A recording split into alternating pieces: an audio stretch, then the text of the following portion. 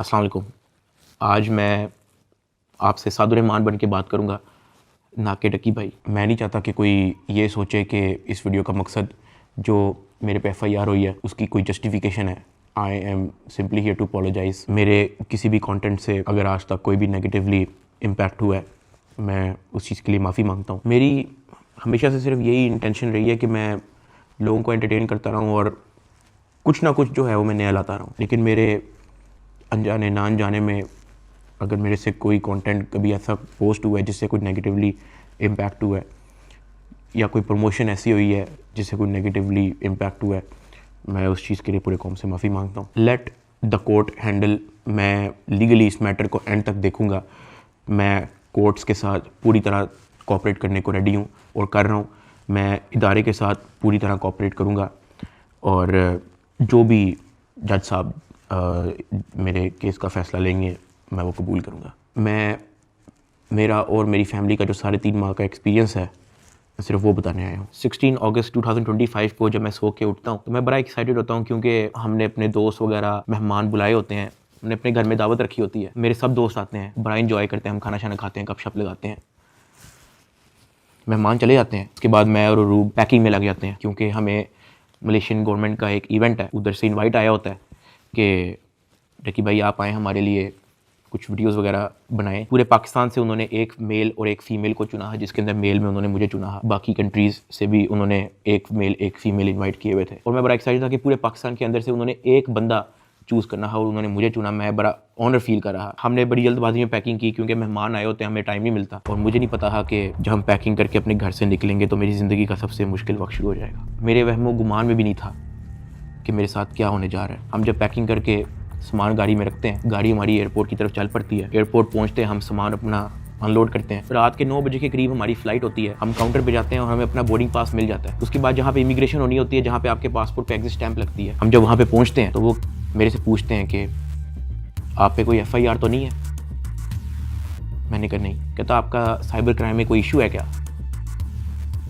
मैंने कहा नहीं। कहते आप हमारे साथ आ जाएं। मैं और अरूब एक दूसरे की तरफ देखते हैं कि ये क्या हो गया। हम किसी को ऑन टाइम ज़्यादा इन्फॉर्म ही नहीं कर पाते हैं। मैंने ज़िया को सिर्फ मैसेज कर दिया है कि ये इस तरह से इशू हो गया है, तो शायद हम फ्लाई ना कर पाएँ, तो आप प्लीज़ गाड़ी जो है वो एयरपोर्ट ले आओ और हमें यहाँ से पिक कर लो। हमें लगा कि शायद हमें बस सिर्फ फ्लाई नहीं करने देंगे और हम घर जा सकेंगे। 5-10 मिनट के बाद इमिग्रेशन वाले हमसे हमारे मोबाइल ले लेते हैं, कहते हैं कि इसको एयरप्लेन मोड पर लगा दें और अरूब की तरफ वो इशारा करते हैं कि अगर आप जाना चाह रही हैं मलेशिया तो आप जा सकती हैं।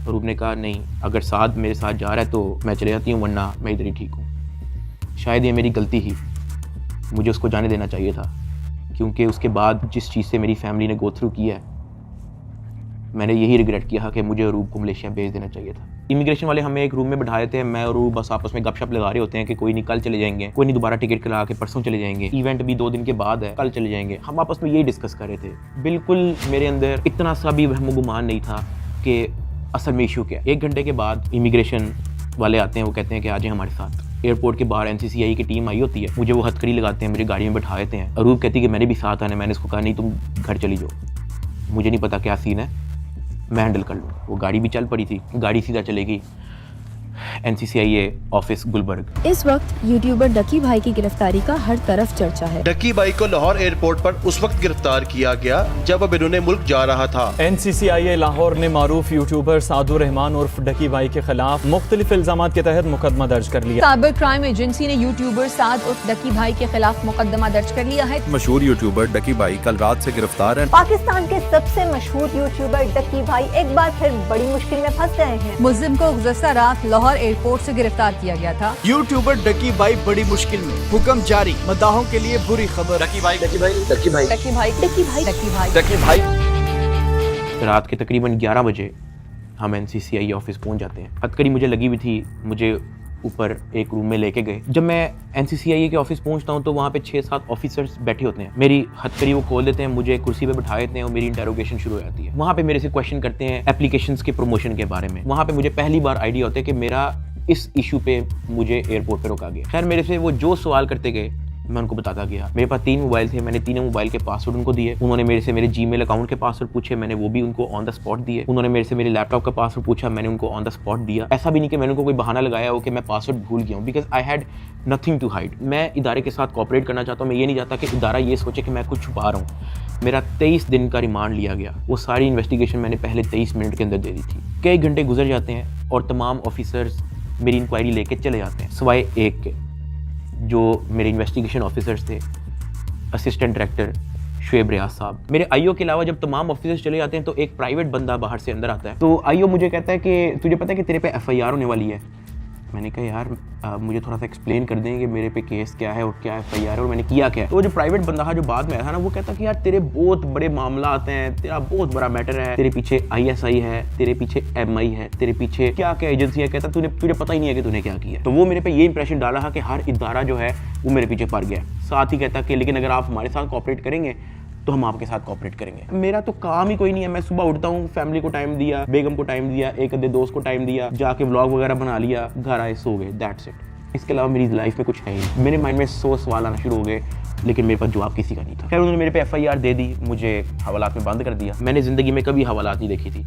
उस रात मैं नहीं सोया, मैं जागता रहा, रोशनी होगी। हवालात में सिर्फ एक ही लड़का था, मैंने उससे भी कोई ज़्यादा बातचीत नहीं की। सुबह 10-11 बजे के करीब एक बंदा आया, उन्होंने मुझे हथकड़ी लगाई और मुझे कोर्ट ले गए कि आपको जज साहब के सामने पेश करना है। मेरी फैमिली में से किसी भी बंदे ने आज तक कोई कोर्ट, कोई कचहरी, कोई पुलिस स्टेशन, कोई हवालात, कोई थाने, उनमें से किसी चीज़ का उनको नहीं था पता। जज साहब ने 2 दिन का रिमांड दे दिया। मुझे तो रिमांड का मतलब ही नहीं था पता। मुझे हथकड़ी लगा के फिर से एनसीसीआई ऑफिस ले जाते हैं और मुझे हवालात में बंद कर देते हैं। उससे नेक्स्ट डे की बात है, मेरी इन्वेस्टिगेशन चल रही होती है। एडिशनल डायरेक्टर एनसीसीआई सरफराज चौधरी साहब वो अचानक कमरे में आते हैं, मेरी तरफ देखते हैं, कहते हैं कि ए मुंडाई। आईओ कहते हैं हाँ जी। कहते हैं इसको लेके आओ मेरे पास। आईओ हथकड़ी पकड़ता है, मेरे हाथ पे लगाता है और कहता चल। मुझे जब हथकड़ी लगा के एडिशनल डायरेक्टर रूम में लेके जाते हैं तो वहाँ पे 5 ऑफिसर्स बैठे होते हैं। एडिशनल डायरेक्टर सरफराज चौधरी साहब मेरे से पूछते हैं कि तुम कौन से एप्लीकेशन के कंट्री हेड हो। मैंने कहा कि सर मैं किसी एप्लीकेशन का कोई कंट्री हेड नहीं हूँ। वो अपनी कुर्सी से अचानक उठता है, कहता तेरी माँ किधर से आता है पैसा तेरे पास। मैंने कहा सर मैं यूट्यूबर हूँ, मेरे 8 मिलियन सब्सक्राइबर हैं, उधर एडसेंस अभी मैं बात कर ही रहा होता हूँ। कहता है कि तुम मेरे वतन अजीज के बच्चों को ख़राब कर रहे हो, क्या करता है तुम्हारा बाप। मैंने कहा जी यूनिवर्सिटी के अंदर प्रोफेसर हैं। तो कहता तुम इतने क्यों हो। मैं चुप रहता हूँ। वो चीख के बोलते, कहता बोल। मैंने कहा जी सर मैं सिर्फ वीडियोस बनाता हूँ, मैं यूट्यूबर हूँ। माँ बहन की गालियाँ वो देता रहता है। उसने मेरे मुंह पे बहुत जोर का थप्पड़ लगाया। मैं बिल्कुल चुप होकर ऐसे मुँह नीचे करके खड़ा हो गया। तो कहता मुँह ते कर, मुँह ते कर।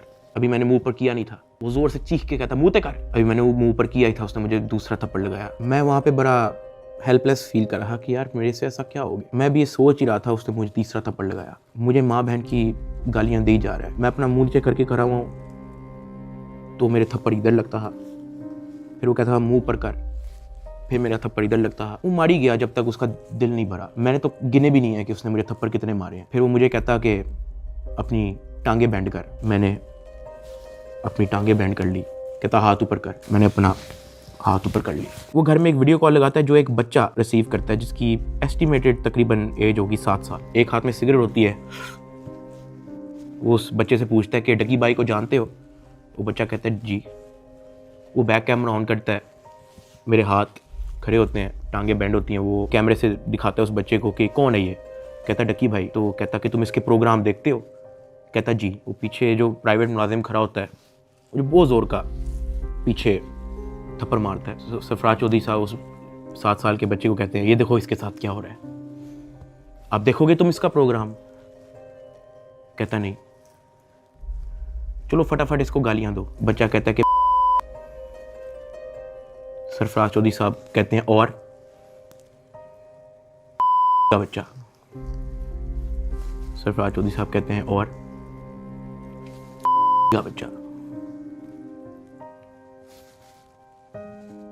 थप्पड़ वो मारी जा रहा होता है पीछे। वो वीडियो कॉल पे उस बच्चे को दिखा रहा होता है कि ये तुम इसके प्रोग्राम देखते हो और ये मैं क्या बताऊँ यार।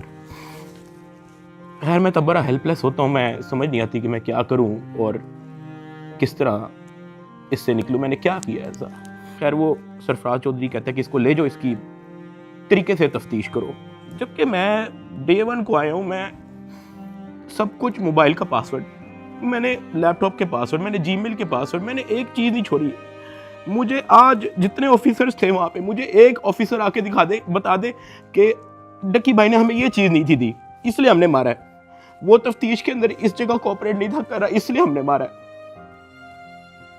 मुझे एक बंदा आके दिखा दे यार। मेरा 23 दिन का रिमांड लिया मैंने, पहले 23 मिनट के अंदर उनको सब कुछ दिया। मुझे ऊपर ले गए। मेरे से एक बंदा मिलने आया हुआ था, जावा फूड्स, मेरा एक जाने वाला है जिसने हमारे घर में, जब हमारे घर में दावत थी तो उसकी केटरिंग की थी। अब क्योंकि मुझे फ्रेश मार के ऊपर लेके गए थे, मेरी आंखों में आंसू थे, तो वो जब मिलने आया हुआ था, वो अचानक अपनी सीट से खड़ा हुआ और उसने मेरी तरफ देखा कि क्या हुआ है।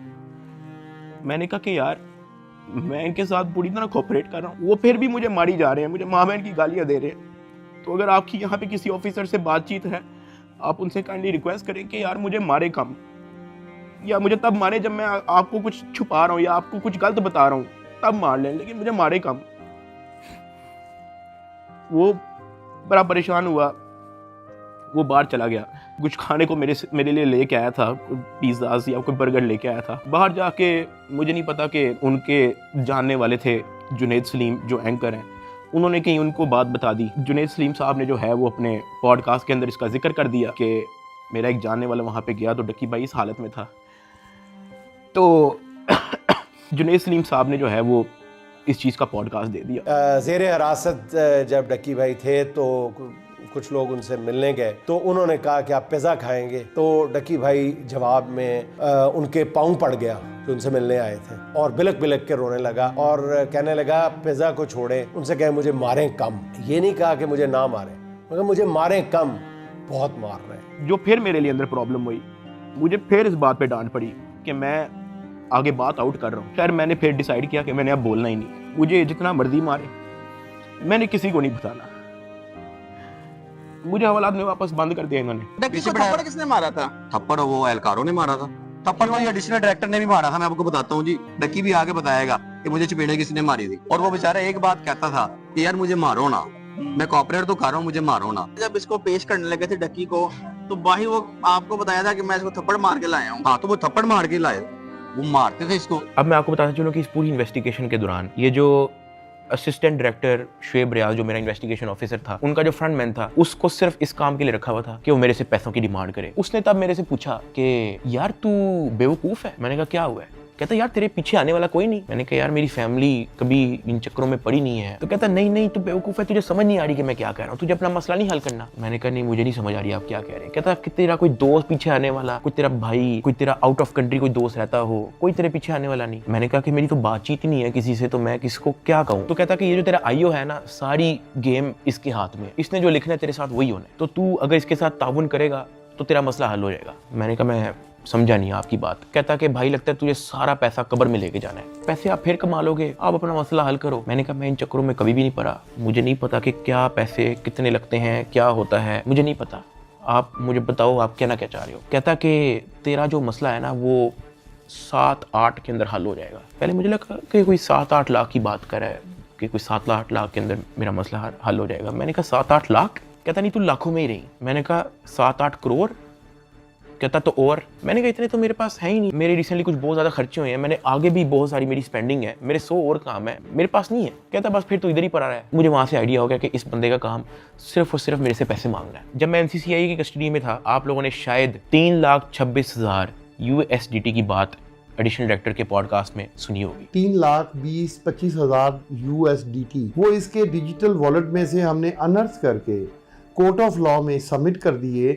हमने इसके डिजिटल वॉलेट में से वो अपने वॉलेट में जो सरकार का होता है उसमें अनर्थ करके प्रॉपर उसको फर्द मकबूजगी बनाकर कर दिया। ये बहुत बड़ी अचीवमेंट है। उन्होंने दर्जनों पॉडकास्ट दे के ये बताया कि 3,26,000 USDT जो है वो हमने इससे बरामद कर लिए हैं। अब मैं आपको उसकी असल स्टोरी बताता हूँ कि वो क्या है। हवाला से मुझे इन्वेस्टिगेशन के लिए लेके जाते हैं, कोई शाम के 7 बजे के करीब। आइयो मुझे कहता है कि अपना बाइनेंस का अकाउंट खोल। मैं अकाउंट खोल देता हूँ। मेरे अकाउंट के अंदर कुछ ट्रेड चल रही होती हैं जो मेरी सारी लॉस पे गई होती हैं, क्योंकि उस दौरान बिटकॉइन नीचे गया हुआ था। वो सारी ट्रेड मेरी लॉस में क्लोज करता है, मेरी फ्यूचर्स की ट्रेड सारी लॉस में क्लोज करता है, मेरा पर्सनल नुकसान करता है। सारे टोकन जो मेरे पास डॉज, बिटकॉइन, इथीरियम, मेरे पास दर्जनों टोकन और पड़े हुए थे, वो सारे क्लोज करके उसको यूएसडीटी में खुद कन्वर्ट करता है और वो कहता है कि ये यूएसडीटी ट्रांसफर कर। मैंने कहा सर इसकी क्या वजह है, आपने मेरा पर्सनल लॉस भी कर दिया है। कहता है कि तुझे अपना मसला हल करना है या नहीं करना। मैंने कहा कि सर लेकिन ये 3,26,000 यूएसडीटी आपने ट्रांसफर क्यों करना है? जो भी आपकी इन्वेस्टिगेशन है आपके सामने, अकाउंट मैंने आपको दे दिया, उसका जीमेल मैंने आपको दे दिया, पासवर्ड मैंने आपको दे दिया, आपने ट्रांसफर इसको क्यों करना है? कहता है तुझे जितना कह रहे हैं उतना कर। मेरी 15 मिनट उनके साथ बहस चलती रही कि सर ये पैसे ज्यादा हैं, मुझे आप थोड़ी सी इसकी एक्सप्लेनेशन दे दें ताकि मैं मेंटली रिलैक्स रहूं, मुझे थोड़ा सा बता दें कि ये ट्रांसफर आपके पास क्यों करना है। वो मुझे आगे से ये कहता था कि यार लगता है तुझे अपना मसला हल करने का शौक नहीं है। बीच में उसने मुझे बहाने लगाने शुरू कर दिए, यार क्योंकि तू हमारी कस्टडी में है कि तेरा अकाउंट कहीं हैक ना हो जाए, जब तू यहाँ से फारिग होगा तू मुझे बता दी, मैं तुझे सेंड कर दूंगा। आईओ ने मुझे इस तरह की कहानी सुनाई शुरू कर दी। उसने मुझे एक अपना वॉलेट एड्रेस दिया, उसने कहा कि ये सारे पैसे इस पे ट्रांसफर कर। इसने मेरे से जबरदस्ती मेरा फेस आईडी, मेरा ऑथेंटिकेटर सारा लगा के इसने मेरे से जबरदस्ती 3,26,000 यूएसडीटी, जिसकी पीकेआर के अंदर वैल्यू बनती है 9 करोड़ पाकिस्तानी रुपया। अब जिस अकाउंट में उसने ट्रांसफर किया, क्या वो एफआईए का अकाउंट था? नहीं। क्या वो एनसीसीआईए का अकाउंट था? नहीं। क्या वो पंजाब हुकूमत, सिंध हुकूमत या किसी केपी की हुकूमत या किसी भी गवर्नमेंट के इदारे की हुकूमत का अकाउंट था? नहीं। क्या वो नैब का अकाउंट था? नहीं। क्या वो स्टेट बैंक का अकाउंट था? नहीं। क्या वो कोई ऐसा अकाउंट था जो कोर्ट की तरफ से जिसकी अप्रूवल मिली हो? नहीं। वो मेरे आईओ असिस्टेंट डायरेक्टर शुएब रियाज साहब का अपना पर्सनल अकाउंट था, जिसके अंदर इन्होंने मेरे 9 करोड़ रुपया एस्टिमेटेड ट्रांसफर किए। ट्रांसफर करने के बाद उन्होंने वापस मुझे हवालात में बंद कर दिया। कोई रिसीविंग नहीं दी, मुझे उसकी कोई रीजनिंग नहीं दी, कोई सबूत ही नहीं है इस चीज़ का कि इन्होंने अपने पास ट्रांसफर किया। 8 बज जाता है, 9 बज जाता है, 10 बज जाता है, 11 बज जाता है, मेरे से सोया नहीं जाता। एक ऑफिसर एक मुलजिम को छोड़ने आते हैं हवालात, मैं फटाफट उठ के उससे पूछता हूँ, मैंने कहा सर आपके इस एनसीसीआईए इदारे के अंदर जब कोई क्रिप्टो का कोई रोला चलता है, कोई यूएसडीटी का कोई रोला चलता है, तो उस पर क्या होता है? क्या उसको ट्रांसफ़र कर लिया जाता है? कहता मैंने कभी ऐसा सुना तो नहीं है। कहता क्यों, क्या हुआ है? मैंने उसको बताया। मैंने कहा आईओ ने मेरे 9 करोड़ रुपया यूएसडीटी ट्रांसफ़र कर लिया अपने पास। कहता अच्छा, तो उसने आपको कोई रिसीविंग दी है? मैंने कहा नहीं। कहता ऐसा होता तो नहीं है वैसे, लेकिन अगर आप कहते हो तो मैं किसी से पूछ लूँ? मैंने कहा जी पूछ ले, मैं बड़ा टेंशन में हुआ। उस पूरी रात मैं नहीं सोया। अगले दिन सुबह के कोई 10-11 बजे के करीब एक बंदा आता है, मुझे लेके जाता है ऊपर ऑफिस में, मुझे इतनी जोर का वो थप्पड़ लगाता है, मेरे ख्याल से मेरे पूरे 3 महीने के अंदर सबसे ज़्यादा जोर का थप्पड़ वो वाला थप्पड़ था जिसकी मैं अभी बात कर रहा हूँ। क्योंकि वो मुझे बता के नहीं लगाया जाता, वो मेरे पीछे से लगाया जाता है, मेरे सर पे इतना बड़ा उस बंदे का हाथ होता है, मुझे इतनी जोर का थप्पड़ लगाते हैं, मेरे यहाँ से मेरे ज़हन का मवाद, अंतरियाँ सारी मेरी आंखों से बाहर निकलने को करी ही। मैं इवन एक पॉइंट पे मेरा विजन ब्लरी हो गया है, मेरा विजन काला हो गया है, मैं बेहोश होने वाला है, इतनी जोर का वो थप्पड़ था। उसने कहा कि हर चीज़ बतानी जरूरी होती है। मैंने कहा कि सर मेरे 9 करोड़ रुपया आप ट्रांसफर कर लो, मुझे उसकी कोई रीजनिंग ना दो, मुझे उसकी कोई रिसीविंग ना दो, मैं अपना मुंह कैसे बंद रख लूं? इतनी सी बात पे उसने मुझे फिर से एक और थप्पड़ लगाया। मुझे आईओ के पास ले गया। आईओ कहता कि यार तुझे अपना मसला हल करने का शौक नहीं है? एडिशनल साहब बहुत नाराज है। मैंने कहा सर आपने 9 करोड़ रुपया मेरा ले लिया है, अभी मैं बात कर ही रहा था तो उसने इशारा किया कि इसको बंद कर दो। अब मुझे बंद कर दिया वापस हवालात में। कुछ टाइम के बाद जब मुझे फिर से इन्वेस्टिगेशन के लिए लेके गए तो ये जो मेरी 9 करोड़ रुपया जो इन्होंने ट्रांसफर किया है 3,26,000 यूएसडीटी, ये बात पूरे डिपार्टमेंट के अंदर फैल चुकी थी। हर प्राइवेट मुलाजिम को पता था, हर ऑफिसर को पता था, हर आईओ को पता था, डिपार्टमेंट में हर एक बंदे को पता लग गया था कि ये इतनी बड़ी अमाउंट जो है वो शुएब रियाज आईओ के अकाउंट में ट्रांसफर हुई है। आईओ ने सोचा इसने बात आउट कर दिया है, सबको पता लग गया है। इन्होंने फटाफट क्या किया, उसकी रिकवरी डाल के कोर्ट में पेश कर दिया कि ये देखो हमने ये पैसे बरामद किए हैं इससे, जबकि उन्होंने बरामद की इंटेंशन से वो ट्रांसफर अपने पास नहीं किए थे। इनकी ये इंटेंशन थी कि पैसा हम अपने पास ट्रांसफर कर लेते हैं, फिर इसमें से कोई इसको 20-30% वापस दे के इससे डील करेंगे, ये इनकी शुरू की इंटेंशन थी। लेकिन मैंने डिपार्टमेंट में बात आउट कर दी, मैंने मार खा ली इसके बदले। मैंने कहा मुझे मारो जितना मारना है। डिपार्टमेंट में बात आउट कर दी, ये लोग घबरा गए, इन्होंने फटाफट कोर्ट में रिकवरी डाल दी, जिसकी वजह से मजबूरन एडिशनल डायरेक्टर सरफराज चौधरी साहब को दर्जनों पॉडकास्ट मजीद देने पड़े कि 3,26,000 हमने इस बंदे से बरामद कर लिया है, जबकि वो बरामदी की नीयत से ट्रांसफर नहीं किया गया। हाँ वो तो मैंने डिपार्टमेंट में बात आउट कर दी, तो फिर आपको स्टोरी बनानी पड़ी इसकी। 3,20,25,000 यूएसडीटी कोर्ट ऑफ लॉ में सबमिट कर दिए। जब मुझे इन्वेस्टिगेशन के लिए फिर से लेके गए तो वहाँ पे एक और बंदा आया था अपने काम से, मैं आप लोगों को उसका नाम तो नहीं बता सकता, लेकिन हम लोग उसका नाम रख लेते हैं बिग ब्रदर। ये बिग ब्रदर जो है आपने वीडियो के एंड तक याद रखना है। वो अपने किसी काम से आया था, उसने मुझे देखा, उसने मेरे से पूछा कि यार डक्की तेरे पे केस क्या है? मैंने कहा एप्लीकेशन प्रमोशन का केस है। तो कहता कि तेरा मैटर कहाँ तक पहुँचा है? मैंने कहा कि मैं तो पूरी तरह ताउन कर रहा हूँ, मैं तो सब कुछ इनको दे चुका हूँ, मुझे नहीं पता कि इनको अब मेरे से और क्या चाहिए, लेकिन मैं तो पूरी तरह इनके साथ कोऑपरेट कर रहा हूँ। तो कहता अच्छा। इसने उसे सारे लाया और कहता कि क्या ये लोग तेरे से कोई पैसे भी मांग रहे हैं? अब क्योंकि मैं उस बंदे को पहली बार मिला हूँ, मैं नहीं जानता कि वो कौन है। मैंने उसको कहा कि नहीं, मेरे से कोई पैसे नहीं मांग रहा। जैसे सर हिलाया, कहता अच्छा, चल ठीक है, अच्छा लगा तेरे से मिलके।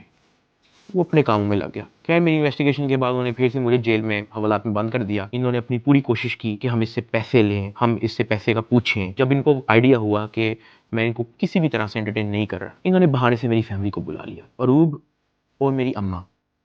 उनको ये कह के बुलाया गया कि मेरी उनके साथ मुलाकात। मुझे जब हवालात से ऊपर लेके गए तो अरूब बैठी हुई थी और उसकी इंटेरोगेशन हो रही थी। उसका मोबाइल जो है वो इन्वेस्टिगेशन ऑफिसर के हाथ में था। तो मैंने इन्वेस्टिगेशन ऑफिसर शुएब रियाज साहब से पूछा कि ये आपने इनका मोबाइल क्यों लिया है? तो कहता कि इन पे भी FIR होगी। तो अरूब घबरा गई। उसने कहा मेरे पे FIR क्यों होगी? उसने कहा कि आपने तो हमें साथ से मिलने के लिए बुलाया है, मुझे और मामा को, के साथ से मुलाकात हो जाएगी। तो कहता कि नहीं, FIR हो ना हो, ये जो आपके शोहर की FIR है इसी में बड़ी जगह है, हम आपको इसी में नामजद करेंगे। अरूब घबरा गई। मैंने अरूब की तरफ देखा, मैंने अरूब की तरफ इशारा किया कि मैंने कहा बस बिल्कुल चुप होके बैठ जाओ, बस ये वक्त गुजारो, बस इस वक्त हम कुछ नहीं कर सकते। खैर वो अरूब से कुछ क्वेश्चन उन्होंने पूछने शुरू कर दिए। मैंने यही कोशिश की कि मैं जल्दी से जल्दी अरूब को वापस भेज दूं घर। उसका मोबाइल वापस मिले ना मिले डजंट मैटर, वो घर जाए। आईओ ने अरूब का मोबाइल रख लिया। मैंने अरूब को कहा कि अब तुम घर जाओ, तुमने वापस नहीं आना। जब अरूब घर गई है तो उसने जब वकीलों से डिस्कस किया तो वकीलों ने कहा कोई बात नहीं,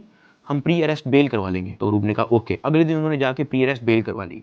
जब उन्होंने प्री अरेस्ट बेल करवाई तो प्री अरेस्ट बेल की खबर पहुंच गई इदारे में, NCCI ऑफिस में, आईओ के पास और सरफराज चौधरी एडिशनल डायरेक्टर के पास। इन्होंने फिर से मुझे कहा कि अपनी फैमिली को मीटिंग के लिए बुलाएं। मैंने घर वालों को कॉल की क्योंकि उसकी प्री अरेस्ट बेल हो चुकी थी। मैंने कहा चलो अब इसको खतरा नहीं है और इसका मोबाइल भी उनके पास है, तो I think it's not a big deal, मैं बुला लेता हूँ। ऑफिसर्स ने जो है मेरे घर कॉल करवाई। मैंने कहा कि अम्मा वो बड़े अफसरान, एडिशनल डायरेक्टर और इन्वेस्टिगेशन ऑफिसर्स बुला रहे हैं, तो बाकी घबराएं ना, कोई इस तरह कोई नेगेटिव मीटिंग है, इस तरह का कुछ नहीं है, तो आज मेरी माँ और अरूब प्री अरेस्ट बेल करवाने के बाद एडिशनल डायरेक्टर रूम में आ गए। सरफराज चौधरी साहब कहते जतोई साहिबा आप अपने आप को क्या समझती हैं, आपने प्री अरेस्ट बेल करवा लिया? तो अरूब ने कहा जी। तो कहता अच्छा करवाएं, जो आपने करना करें, 5 रुपए का एक नया सफ़ा आता है, हम एक नई FIR लिखेंगे और आपको पकड़ लेंगे। अरूब मेरी तरफ देख रही है कि ये क्या है, ये किस तरह की मीटिंग है। मेरी माँ परेशान, लाल उनके चेहरे हो गए थे सबके। एडिशनल डायरेक्टर सरफराज चौधरी साहब ने फिर अपना मोबाइल खोला, वहाँ WhatsApp खोला, उन्होंने ऊपर लिखा जज, और ऐसे मेरी माँ को और मेरी वाइफ को लिस्ट दिखाई ऐसे स्क्रॉल करके कि ये देखो मेरा इस जज से भी ताल्लुक है, मेरा इन जज से भी ताल्लुक है, मेरा इस जज से भी ताल्लुक है, क्या कर लेंगे आप? जब वो इस तरह जजेस की लिस्ट दिखा रहा था तो उसने बड़े ऊंचे अल्फाज में बोला कि यहाँ पे जज भी मैं हूँ, यहाँ पे वकील भी मैं हूँ, यहाँ पे सब कुछ मैं हूँ, जितनी आपने प्री अरेस्ट बेल करवानी है करवाएं, नया पर्चे में हम पकड़ लेंगे। हमारे पास कुछ कहने को नहीं था। मैंने वहाँ पे सिर्फ सर को कहा कि जी सर आप सही, बिल्कुल सही कह रहे हैं। मैंने अपने घर वालों की तरफ देखा, मैंने उनको इशारा किया कि प्लीज़ वक्त गुजारें बस।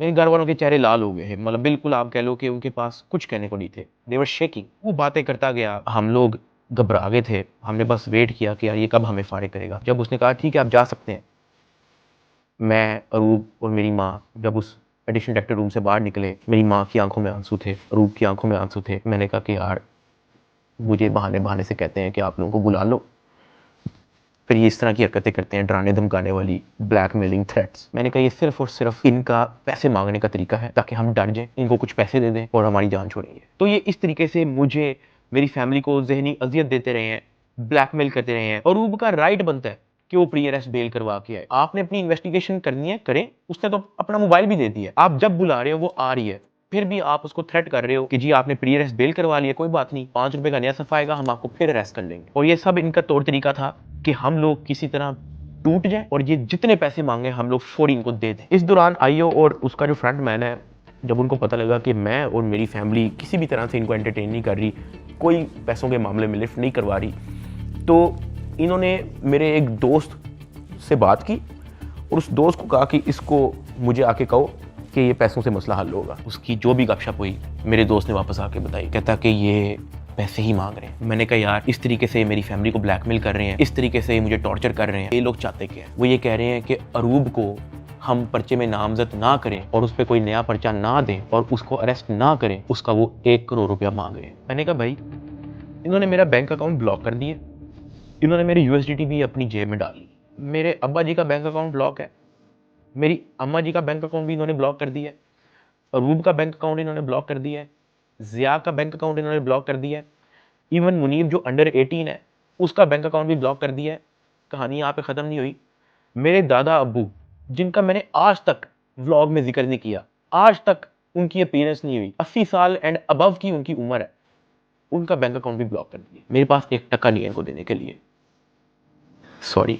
उसने मेरी बात सुनी, कहता अच्छा। उसने एज इट इज जब ये बात आईओ को बताई, आईओ आगे से इसको कहता कि इन्हों दे कोल 40-50 करोड़ रुपया सैट नहीं पड़ा होंगे। मेरे दोस्त ने एज इट इज मुझे ये बात आके बताई। अब क्योंकि मेरी फैमिली ऐसे मेंटल टॉर्चर से गुजर चुकी थी, जब मेरे दोस्त ने ये बात मेरी फैमिली को बताई, मेरी फैमिली ने घबरा के कहा कि प्लीज आप किसी और से बात कर लें, अगर वो हमें लोन दे सकता है, कोई उधार हमें दे सकता है तो दे दे।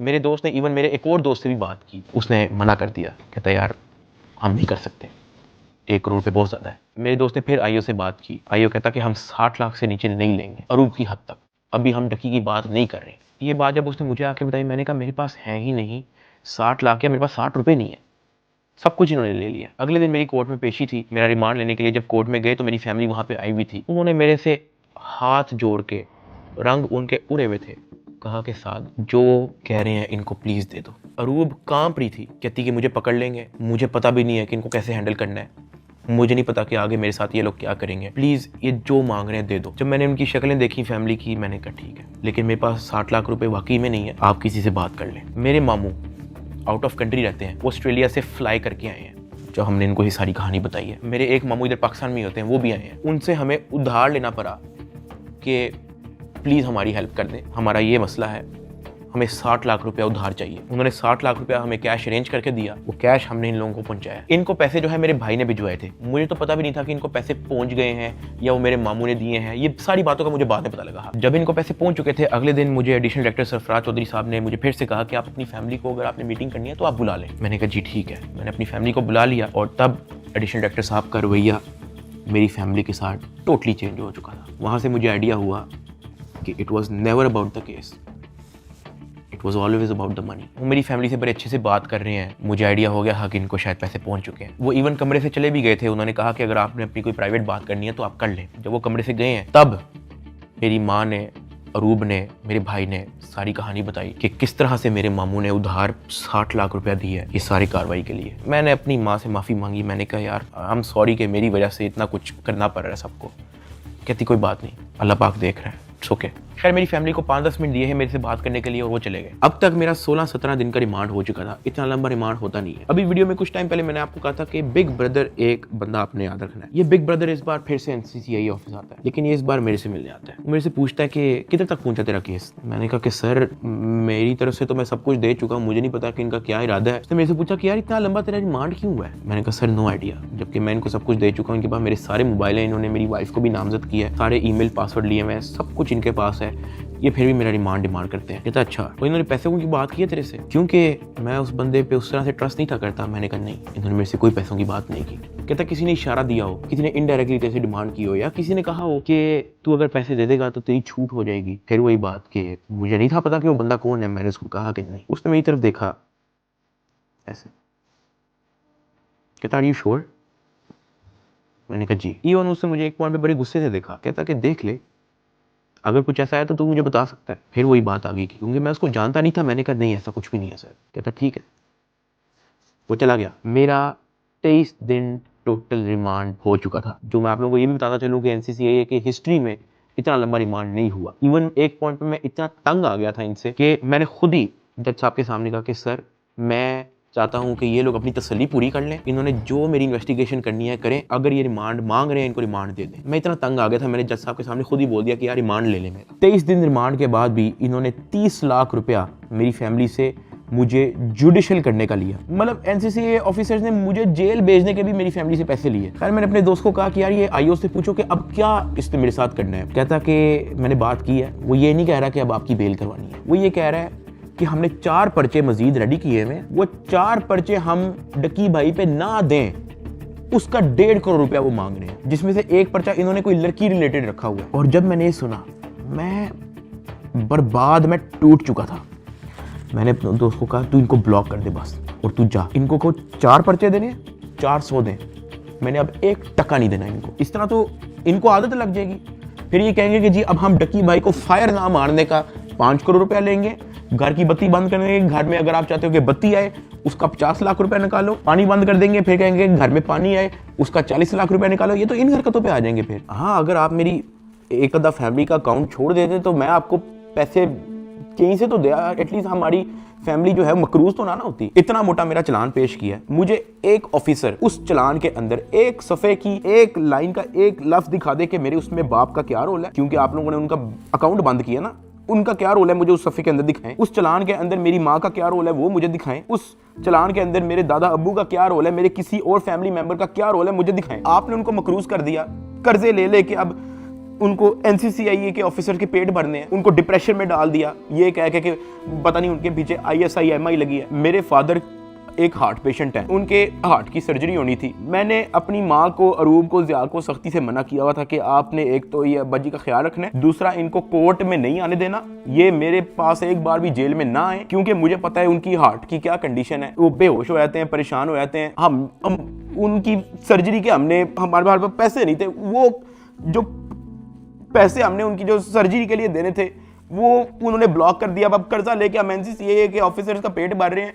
ये मेरी फैमिली को उस स्टेज पे लेके आए हैं जहाँ पे मैं स्पीचलेस हो गया कि यार मैं क्या करूं। मतलब अब्बा जी के इलाज के पैसे भी उन्होंने ब्लॉक कर दिए हैं। और ये बात मैंने उनको उधर दफ्तर में ऑफिस में कही थी, सरफराज चौधरी को मैंने खुद उसके मुंह पे कही थी। मैंने कहा मेरा अब्बा हार्ट पेशेंट है, उनकी सर्जरी के पैसे आपने मेरे फैमिली का अकाउंट ब्लॉक कर दिया है। ये इस स्टेज पे मेरी फैमिली को ले आए थे, मुझे 23 दिन बंद रख के चुपेरे मार के मुझे कोर्ट पे लेके जाते थे कि मैं किसी मीडिया के किसी माइक में बोल ना दूं। जिस्मानी रिमांड पे FIA के पास जाना है या उसके बाद जेल जाना है, तो हो गया, तो बोलने कोई मसला नहीं है। आज डकी भाई आप यूट्यूबर्स को क्या पैगाम देना चाहेंगे? कुछ बात नहीं करेंगे? ताहम आज जो है वो बात तो नहीं करने दे रहे, लेकिन डकी भाई को जो है वो सुबह सवेरे जो है आज अदालत में पेश किया गया है। बिल्कुल जी बात तो नहीं कर सकते डकी भाई। इससे पहले भी हमने जब इनसे गुफ्तगू करने की कोशिश की है तो NCCI एहलकारों की जानिब से जो वो मना कर दिया गया है कि वो किसी भी किस्म से जो है वो गुफ्तगू नहीं करेंगे। डकी भाई कुछ कहना चाहेंगे आप? डकी भाई आप कुछ कहना चाहेंगे? डकी भाई कुछ तो बोलिए। इन्होंने तो मना नहीं किया आपको, आप लॉयर्स ने मना किया कि भाई सारी तो आपने तहकीकात के बारे में आपने ताउन किया, उसके बावजूद क्यों ही कहा जा रहा है आपके? मेरी गिरफ्तारी के 23वें दिन जब मुझे जज साहब के सामने पेश किया तो फाइनली मैं जुडिशल हो गया। जुडिशल का मतलब यह है कि अब मैं जेल चला जाऊंगा। जज साहब ने ऑर्डर लिख के दिया कि हमने बंदा जुडिशल कर दिया है। अब जुडिशल करके कोर्ट से बंदा डायरेक्ट जेल नहीं जाता, कोर्ट से एक बार NCCIA ऑफिस वापस आता है, वहाँ पे उसके कुछ पेपर्स रेडी होते हैं, उसके बाद उसको जेल भिजवाया जाता है। तो जब मैं कोर्ट से NCCIA ऑफिस वापस आया, वही बिग ब्रदर उधर मौजूद था। उसने मेरी तरफ देख के कहा, डकी तेरे से पैसे किसने लिए? मेरा दिल इधर मुंह में आ गया। मैंने कहा यार ये मेरे साथ क्या हो रहा है। अब क्योंकि उसने मेरे से डायरेक्ट पूछा कि तेरे से पैसे किसने लिए हैं, उसने मेरे से ये भी नहीं पूछा क्या तेरे से कोई पैसे ले रहा है, उसने मेरे से कहा कि तेरे से पैसे किसने लिए। मैंने कहा कि जी ये शुएब रियाज और उसकी टीम ने, इन्होंने जो है वो पैसे ऊपर हायर अफसरान को भी पहुंचाने हैं। कहता अच्छा कोई डिटेल है तेरे पास? मैंने कहा कि सर मैं तो इनके साथ हवालात में था जेल में, सेल में, तो मेरी सिर्फ फैमिली को पता है कि एग्जैक्टली क्या हुआ। फैमिली 5-10 मिनट के लिए मेरे से मिली थी, लेकिन उन्होंने मुझे बहुत छोटा छोटा मोटा मोटा बताया, ज़्यादा डिटेल का मुझे नहीं पता। तो फिर उसने पूछा कि कितने पैसे लिए हैं? मैंने कहा जी 60 लाख रुपए लिए। वो भी मेरी वाइफ को नामजद करने का कह रहे थे कि जी वो मेरी बीवी को अरेस्ट कर लेंगे, अगर आप चाहते हैं कि हम आपकी वाइफ को अरेस्ट ना करें तो ये 60 लाख रुपया पहुँचाएँ। तो वो हमें 60 लाख रुपया उसका हमने दिया। उसने कहा ठीक है तू जेल जा, लेकिन उससे पहले कहीं से कॉल करवा और अपनी फैमिली को कह कि तेरा एक दोस्त मिलने आ रहा है, उससे मिलने। मैंने कहा ठीक है। मैंने कहीं से मोबाइल अरेंज किया, मैंने फटाफट मामा को कॉल की, मुझे सिर्फ मामा का नंबर याद था। मैंने उनको कहा कि मेरा एक दोस्त आएगा, उससे मिलने। बिग ब्रदर वहाँ से चला गया। 5-10 मिनट के बाद मुझे भी पुलिस के डाले में बिठाया और मुझे जेल ले गए। डकी भाई को जो है तकरीबन 22 रोज़ा जिस्मानी रिमांड के बाद जब अदालत में पेश किया गया तो अदालत ने गुज़श्ता रोज़ जो है डकी भाई को जुडिशल रिमांड पर जो है वो जेल भेज दिया। देख सकते हैं कि डकी भाई को जो है वो जेल मुंतकिल किया जा रहा है। 9 सितंबर 2025 को मुझे जेल भेज दिया जाता है। मैंने अपनी ज़िंदगी में वहमो गुमान में भी नहीं सोचा होना कि मेरी ज़िंदगी में ये दिन भी आएगा। जब मैं जेल जाता हूँ सबसे पहले तो मेरी चेकिंग होती है, बालों के अंदर, अंडर आर्म्स, आपकी नाक के अंदर भी देखते हैं, वो आपके कान के अंदर, आपके मुंह के अंदर, आपके लिप्स ऊपर करके आपकी ज़ुबान निकाल के। चेकिंग होने के बाद मुझे लेके जाया जाता है मेरे सेल की तरफ, जिसको जेल की ज़ुबान में चक्की कहते हैं। जेल के सेल का साइज़ आप ऐसा समझो कि कुछ 6 से 7 टाइलें हैं ना, उतना साइज़ होगा। उसका, या फिर एक किंग साइज मैट्रेस अगर एक अंदर पड़ा हो तो वहाँ पे और मजीद जगह नहीं है। ये जेल के सेल का साइज होता है। कॉर्नर पे जो है वॉशरूम लगा होता है जो कवर्ड नहीं होता, उसके आगे एक छोटी सी दीवार लगी होती है, यानी कि अगर आप खड़े हुए हो तो बाहर से देखने वाला बंदा आपको नंगा देखेगा, लेकिन अगर आप वॉशरूम करने के लिए बैठे हो तो आपके चेस्ट से ऊपर जो है आप विजिबल होगे, नीचे आप कवर्ड होगे। इस हद तक बस दीवार होती है वहाँ पे। उसी के ऊपर जो है वो एक टूटी लगी होती है पानी की। मैं जब अपने सेल में आता हूँ तो शाम हो जाती है, मुझे सेल में लाते ही लॉक कर दिया जाता है, क्योंकि मेरा नया नया एक्सपीरियंस होता है, मुझे नहीं समझ आ रही होती है कि मैं कहाँ पे आ गया हूँ। मैं इधर उधर देखता हूँ, परेशान हो जाता हूँ कि ये क्या हो रहा है मेरी ज़िंदगी में। बहुत ऊंचा पंखा लगा होता है जहाँ से मुझे आइडिया होता है कि कोई चाह के भी खुदकुशी नहीं कर सकता। अंधेरा हो जाता है, मुझे कुछ समझ नहीं आ रही होती कि मैंने क्या करना है। खैर मैं दीवार के साथ लग के बैठ जाता हूँ बिल्कुल ऐसे ही, और सोचता रहता हूँ कि ये मेरी ज़िंदगी कहाँ से कहाँ आ गई है। मैं अपने सेल से बाहर देखता हूँ तो 1.5 लीटर की बोतल पड़ी होती है, उसके ऊपर कैप भी लगा होता है। मेरा हाथ तो वहाँ तक नहीं पहुँचता, लेकिन कोई 15-20 मिनट के अंदर एक इंचार्ज जो है वो वहाँ से गुजर रहा होता है। मैं उसको आवाज़ देता हूँ कि सर, वो मेरी बात सुनते हैं, हाँ जी। मैं उनको कहता हूँ कि सर वो सामने 1.5 लीटर की बोतल पड़ी है, वो काइंडली मुझे पकड़ा दें। मुझे बोतल पकड़ा देता है। वॉशरूम से मैं वो 1.5 लीटर की बोतल के अंदर पानी भरता हूँ, उसका कैप बंद करता हूँ। सितंबर का टाइम होता है, शदीद गर्मी होती है, इतनी गर्मी कि आप कूलर के बगैर नहीं रह सकते। मैं अपनी कमीज़ उतारता हूँ, बॉटल को अपनी शर्ट के अंदर डाल के ऐसे उसको मैं लपेटता हूँ, अपने सर के नीचे रख के मैं लेट जाता हूँ। 2 दिन मेरे ऐसे ही गुजरे। जेल के एक्सपीरियंस में मैं ज़्यादा डिटेल में बात नहीं करूँगा इस वीडियो में, मैं वो फिर कभी आप लोगों को एक्सपीरियंस बताऊँगा। 3 दिन मैं उस सेल में रहा, मुझे किसी ने नहीं बुलाया, किसी ने कोई आवाज़ नहीं दी। तीसरे दिन एक ऑफिसर आता है और उसके हाथ में एक चिट होती है। वो चिट की तरफ देखता है, वो कहता है साधु रहमान की रही। मैं अपना हाथ करा करता हूँ कि जी सर। मैं कहता आजा तेरी मुलाकात आई है। वो फीलिंग ही बड़ी अजीब सी थी कि आपको किसी ने पूछा है, आपसे बात की है किसी ने, और इससे पहले मुझे पता ही नहीं था कि मुलाकात क्या होती है। खैर उसने मुझे मेरे सेल से निकाला, मुझे एक जगह पे ले गया, और 3 दिन बाद मैंने किसी अपने को देखा। मेरी माँ, अरूब और ज़िया वहाँ पे खड़े हुए थे, लेकिन मैं उनको मिल नहीं सकता था, उनको गले नहीं लग सकता था, मैं उनको सलाम नहीं कर सकता था, क्योंकि हमारे दरमियान में शीशा लगा हुआ था। उनकी तरफ एक लैंडलाइन पड़ा हुआ था, एक लैंडलाइन मेरी तरफ पड़ा हुआ था, और उस लैंडलाइन में ही आप बात कर सकते हो। मैंने ज़िंदगी में इतना बेबस फील नहीं किया। एक लैंडलाइन उनकी तरफ पड़ा होता है, एक लैंडलाइन मेरी तरफ पड़ा होता है। एक तरफ से अरूब फ़ोन उठाती है, दूसरी तरफ से मैं फ़ोन उठाता हूँ, और वो कहती है क्या हाल है। मैंने कहा मैं ठीक हूँ। उसके आगे वो कुछ नहीं बोलती। 2 मिनट मैं भी चुप रहता हूँ, 2 मिनट वो भी चुप रहती है। अचानक कहती है कि साथ ये क्या हो गया ये सब। मैंने कहा रूप मुझे नहीं पता, मुझे नहीं पता, मेरे पास किसी चीज़ का जवाब नहीं है। ऐसे ही हमारी बात हो रही थी, अचानक ज़िया अरूब को कहता कि मैंने बात करनी है साथ से। मैंने कहा हाँ करवाओ।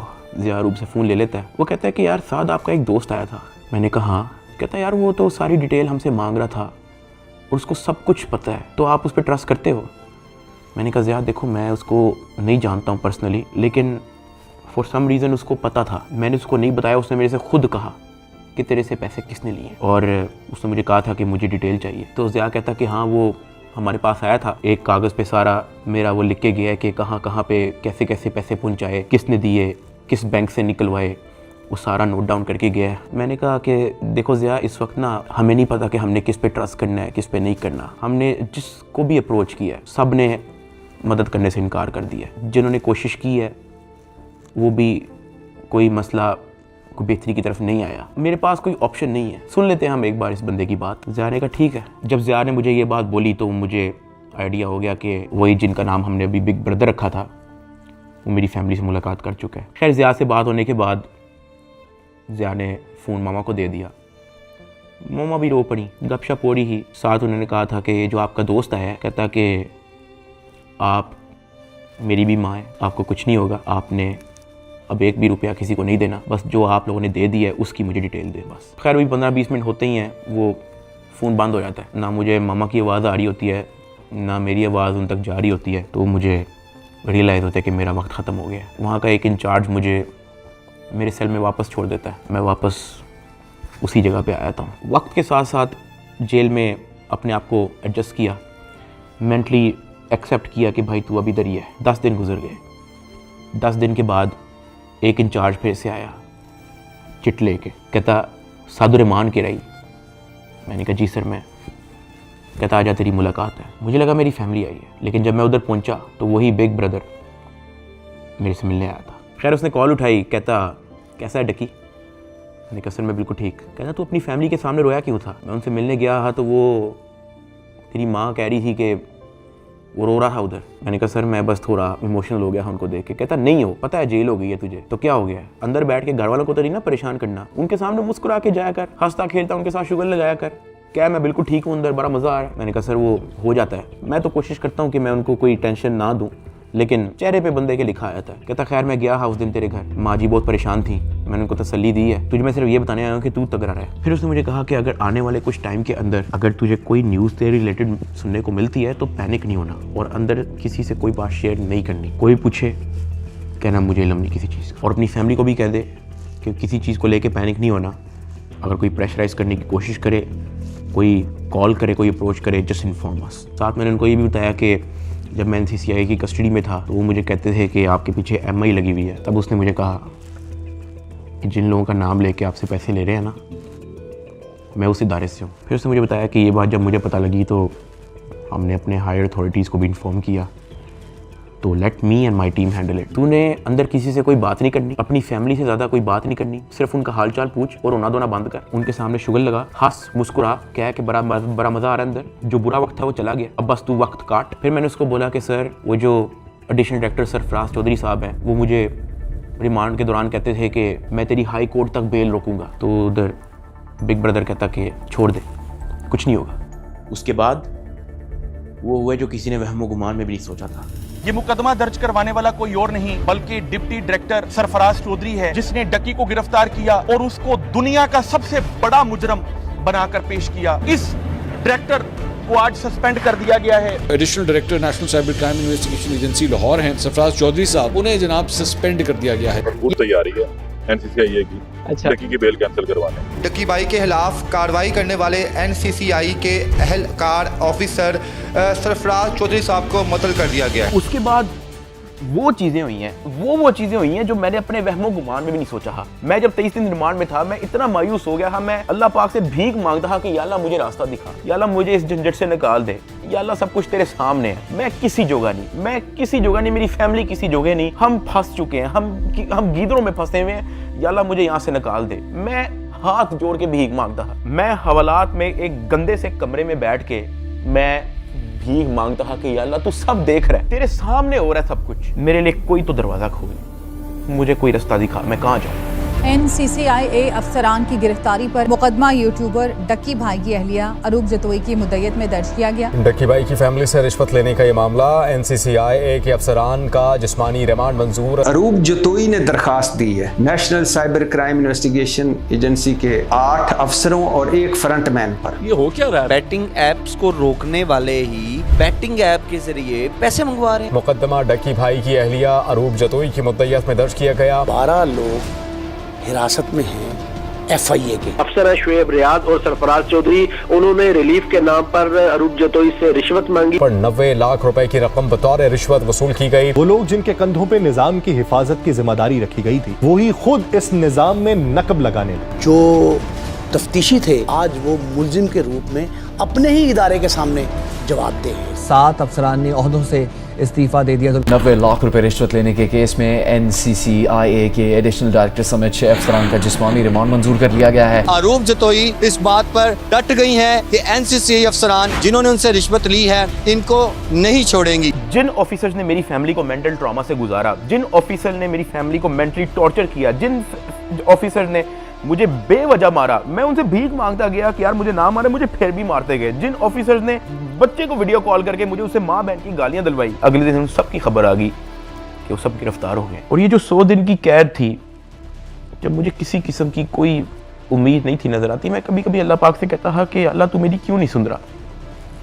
लेकिन ये सब जब मुझे खबरें सुनने को मिली तो मैंने रियलाइज़ किया कि अल्लाह ने मेरी तभी सुन ली थी जब बिग ब्रदर मुझे फर्स्ट टाइम NCCI ऑफिस में मिला और उससे मेरे से पूछा कि तेरे पे केस क्या है। इसमें मैं FIA एंटी करप्शन इदारे को बड़ा अप्रिशिएट करना चाहूँगा, जिन्होंने मेरी फैमिली का सारा केस सुना, मेरी फैमिली के एक मेंबर के पास जाके उन्होंने उनकी स्टोरी सारी सुनी, उनका बयान लिया, इन पे FIR लॉन्च की और ये सब कुछ हुआ। वहां से मुझे रियलाइज हुआ कि इदारे बुरे नहीं होते, कुछ लोग होते हैं जो बुरे होते हैं। और अनफॉर्चुनेटली मेरे केस के अंदर भी मुझे बुरे लोग मिले, लेकिन क्योंकि अच्छे लोग भी एग्जिस्ट करते थे, अल्लाह पाक ने उनको वसीला बनाया, उनको हमारे पास भेजा। 16 अगस्त को मैं गिरफ्तार हुआ। 100 दिन टॉर्चर, ऐसा रोलर कोस्टर जो मैंने ज़िंदगी में कभी भी नहीं सोचा था मैं और मेरी फैमिली ने गुजारा। 100 दिन के बाद जस्टिस शहराम सरवर, मैं उनको सल्यूट करता हूँ, उन्होंने मुझे बेल दी हाई कोर्ट से। मैं जब जेल में था, जब सबसे पहले मुझे इस चीज़ की न्यूज़ मिली कि डकी तेरी बेल हो गई है, तब जो मेरी बॉडी पे खून दौड़ा था उसके लिए मैंने 100 दिन इंतज़ार किया। मैं तो जम गया था, मैं ख़त्म हो गया था, मैं बर्बाद हो गया था। सही बताऊँ तो मैं हार मान ली थी, मैं टूट चुका था। मुझे नहीं पता कि मैं क्या करूँगा। ये 100 दिनों में क्या क्या हुआ, ये वीडियो तो शायद 40-50 मिनट की होगी। अगर मैं आपको बताना शुरू करूं तो ये वीडियो 4-5 घंटे की होनी चाहिए। बहुत सारी चीज़ें मेरी मजबूरी है, मैं नहीं बता सकता। इवन ये जो भाई थे जिनका नाम हमने बिग ब्रदर रखा था, उनसे मैंने रिक्वेस्ट की, मैंने कहा सर मुझे लोगों को बताने दें कि आपने हमारी फैमिली के लिए क्या क्या किया। कहता डकी, we work in the shadows, हमें आपकी अप्रिसिएशन नहीं चाहिए, ये हमारी ड्यूटी थी। आपकी माँ हमारी माँ है, आपकी फैमिली हमारी फैमिली है। ना हम चाहते हैं कि आप हमारा नाम लें, ना हम चाहते हैं कि आप हमें मेंशन करें। उसने कहा क्योंकि हमारे इदारे का नाम लेके आपको और आपकी फैमिली से फाइनेंशियल बेनिफिट्स ले रहे थे, तो we have to step in. इदारे की ट्रेनिंग ही ऐसी है कि अगर हमारे इदारे का कोई नाम लेके अपने लिए कोई बेनिफिट लेगा तो उसकी कोई टॉलरेंस नहीं है। ये हमारी ड्यूटी है, we are here to serve this country. अगर आप गलत होते या आपकी फैमिली गलत होती तो हम आपका साथ ना देते, लेकिन हमने देखा कि हमारी माँ मुश्किल में है, हमारी बेटी मुश्किल में है, हमारा भाई मुश्किल में है, तो हमें आपकी अप्रिसिएशन ही चाहिए, खुश रहें। और मैं बड़ा हैरान हुआ कि एक तरफ NCCIA ऑफिसर्स हैं जो दर्जनों पॉडकास्ट दे रहे हैं पब्लिकली, लेकिन बैक एंड पे वो क्या हरकत करे उस चीज़ का किसी को नहीं पता। और दूसरी तरफ ये बिग ब्रदर का इंस्टीट्यूशन जिन्होंने दिन रात एक कर दिया मेरी फैमिली के लिए। और जब मैंने उनका कहा कि मुझे बताने दे लोगों को, तो कहते हमें क्रेडिट नहीं चाहिए। सेल्फलेसली काम किया और एक भी पॉडकास्ट उनके एक भी ऑफिसर ने एक भी इंटरव्यू नहीं दिया, just working in the shadows. और मुझे और मेरी फैमिली को उन पे फ़ख्र है, और मेरी सिंपैथी हर उस फैमिली के साथ है जो कभी इन करप्ट NCCIA ऑफिसर्स के थ्रू अफेक्ट हुई है।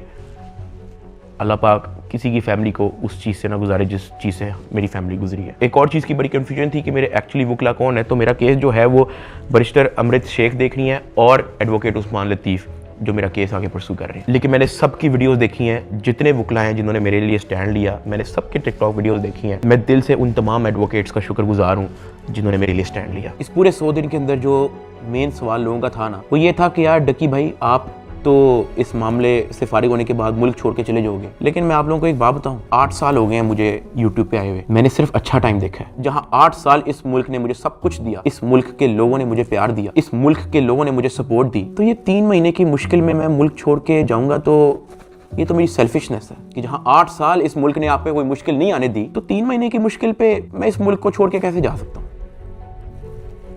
मैं इधर ही हूँ, मैं कहीं नहीं जा रहा। पाकिस्तान ने ही मुझे सब कुछ दिया है, पाकिस्तान में ही मैं रहूँगा। यहाँ पे मैं वीडियो को एंड कर रहा हूँ। इस पूरे 100 दिन के अंदर मैंने बहुत कुछ सीखा। कोई भी आके पीछे नहीं आता आपकी फैमिली के अलावा। मेरी माँ कोर्ट के धक्के खाती रही है, उनका क्या काम है कोर्ट में? उन्होंने कौन सा वहाँ पे कोई बयान देना है या कोई स्टेटमेंट देनी है, या वो कौन सी वकील है जो उनका कोर्ट में कोई काम है? वो सिर्फ वहाँ पे इसलिए आती थी कि मुझे कोई 30-40 सेकंड के लिए अपने बेटे की झलक देखने को मिल जाए, मैं बस देख लूँ कि यार मेरा बेटा ठीक है। सिर्फ इसलिए आती नहीं है, एक दिन भी उन्होंने मिस नहीं किया। आज के दौर में जहाँ वफादारी तो मजाक बन के रह गई है, और वो मेरे साथ एंड तक खड़ी रही। उसको डराया गया, धमकाया गया, ब्लैकमेल किया गया। इवन एक पॉइंट में मैंने उसको ये भी कहा था कि जब तक ये मैटर हल नहीं होता तुम आउट ऑफ कंट्री चले जाओ, वो तब भी मेरे साथ खड़ी रही। मैं जेल में था और मेरे लिए मर्दों से लड़ती रही है, और सही बताऊं तो कोई भी नहीं करता ऐसा।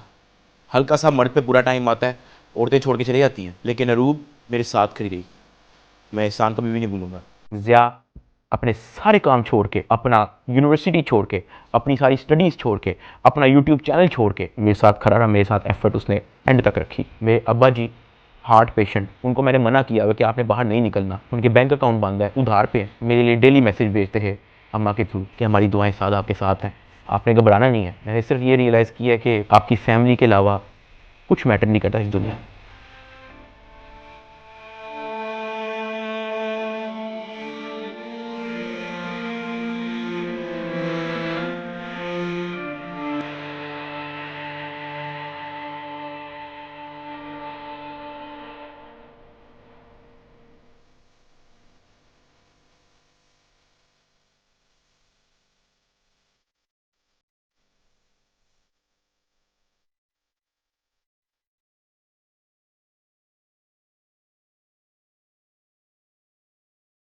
और मुझे पता है कि मैं इस वक्त इस स्टेज पे नहीं हूँ कि मैं किसी का नाम ले सकूँ, लेकिन I want to thank field marshal Asim Munir साहब and director general of military intelligence, जिन्होंने इतनी प्रोफेशनलिज्म दिखाई और मेरी फैमिली को इस करप्ट माफिया से निकलने में मदद की। और ये जो बिग ब्रदर जिनका मैंने जिक्र किया है, मैं तो जेल में था, मेरी फैमिली को कुछ भी नहीं पता था।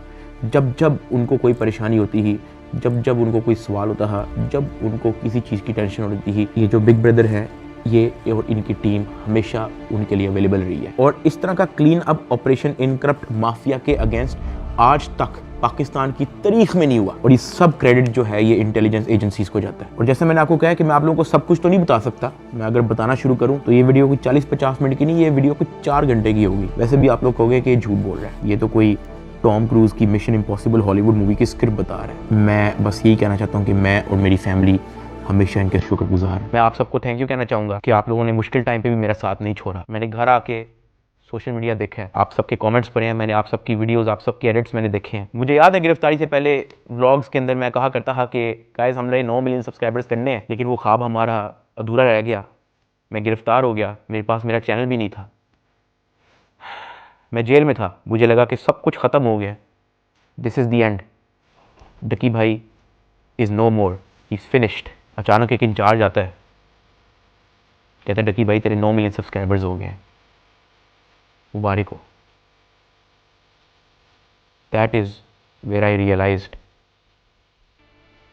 कि maybe this is not the end, maybe this is start of something else. I want to appreciate every single one of you. मैं जिंदगी भर नहीं भूलूंगा आप लोगों का एहसान। अभी इस वीडियो में मैंने आप लोगों को बोला कि यार अगर मैं सब कुछ बताना शुरू करूं तो ये वीडियो 4-5 घंटे की हो जाएगी। और साथ मैंने आप लोगों को ये भी बोला कि मैं आप लोगों को कुछ लोगों का नाम नहीं बता सकता, तो हम उनका नाम बिग ब्रदर रख देते हैं। बट लेकिन समटाइम सब कुछ जानना ज़रूरी भी नहीं होता। मैं बाहर आ गया हूँ, यही बहुत है। जब मैं जेल से वापस आया तो मैंने बहुत सारे लोगों की कहानियाँ देखी। कोई पॉडकास्ट पे कुछ कह रहा है, कोई यूट्यूबर कुछ कह रहा है, कोई टिकटॉकर कुछ कह रहा है, कोई जर्नलिस्ट कुछ कह रहा है। और मैंने उन सबको देख के बस कहा कि यार किसी को कुछ भी नहीं पता, सबकी अपनी अपनी कहानी है और सब झूठ है।